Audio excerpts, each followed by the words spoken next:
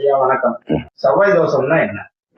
சரி, செவ்வாய் தோஷம் என்பது லக்னம், சந்திரன், சுக்கிரன் ஜாதகத்தில் இந்த 3 கிரகங்கள் நிற்கும் இடத்திலிருந்து 2, 4, 7, 8, 12ஆம் இடங்களில் செவ்வாய் நின்றால் அது செவ்வாய் தோஷம் என்று அர்த்தம். கல்யாணத்தை கொஞ்சம் நாள் பட இழுக்க விடும். இதுல 3க்கும் செவ்வாய் தோஷமாக நின்றால் அது முச்செவ்வாய். 2 கிரகங்களுக்கு மட்டும் இருந்தால் அது 66%.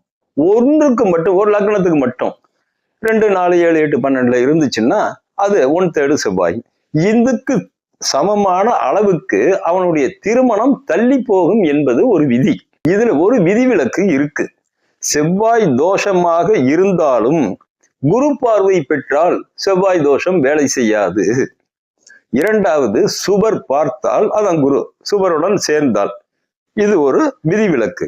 இரண்டாவது விதிவிலக்கு, செவ்வாயின் ஆட்சி வீடுகளான மேஷம், விருச்சிகம் இந்த 2 ராசிகளிலோ அல்லது உச்ச வீடான செவ்வாய்க்கு மகர ராசி உச்ச வீடு அதில் இருந்தாலோ, கடகமாகிய நீச்ச வீட்டில் இருந்தாலோ, இந்த 4 ராசிகளில் செவ்வாய் இருந்தால் செவ்வாய் தோஷம் பார்க்க வேண்டிய அவசியம் இல்லை. செவ்வாய் தோஷம் கிடையாது.